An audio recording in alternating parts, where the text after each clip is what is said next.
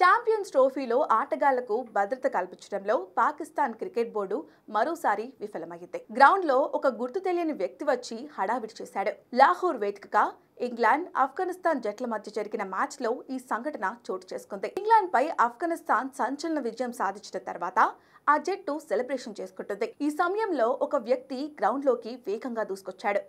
కొంతమంది ఆఫ్ఘాన్ క్రికెటర్ల జెర్సీ గట్టిగా పట్టుకొని వదలలేదు. దీంతో అక్కడున్న భద్రతా సిబ్బంది జోక్యం చేసుకుని చొరబాటుదారుడిని గ్రౌండ్ నుంచి దూరంగా తీసుకెళ్లారు. అయితే పాకిస్తాన్లో జరుగుతున్న ఛాంపియన్స్ ట్రోఫీలో ఇలాంటి సంఘటన జరగడం ఇది రెండోసారి.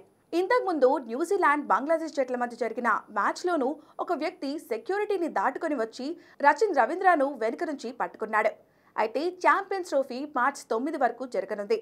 ఈలోపు ఆటగాళ్లకు భద్రతను పెంచుతామని పాక్ క్రికెట్ బోర్డు హామీ ఇచ్చింది. అయితే ఈ మ్యాచ్లో ఆఫ్ఘనిస్తాన్ సంచలన విజయాన్ని సొంతం చేసుకుంది. పటిష్టమైన ఇంగ్లాండ్ను బోల్తా కొట్టించి సెమీస్ ఆశలను సజీవంగా ఉంచుకుంది. లాహోర్ వేదికగా మొదటి బ్యాటింగ్ చేసిన ఆఫ్ఘనిస్తాన్ నిర్ణీత 50 ఓవర్లలో 7 వికెట్ల నష్టానికి 325 పరుగుల భారీ స్కోర్ చేసింది. లక్ష్య ఛేదనలో ఇంగ్లాండ్ 49.5 ఓవర్లలో 317 పరుగులకు ఆల్అవుట్ అయ్యింది. ఈ మ్యాచ్ ఫలితంతో వరుసగా 2 ఓటములతో ఇంగ్లాండ్ టోర్నీ నుంచి నిష్క్రమించింది. మరోవైపు ఆఫ్ఘనిస్తాన్ టోర్నీలో తొలి విజయాన్ని అందుకొని సెమీస్ ఆశలు సజీవంగా ఉంచుకుంది.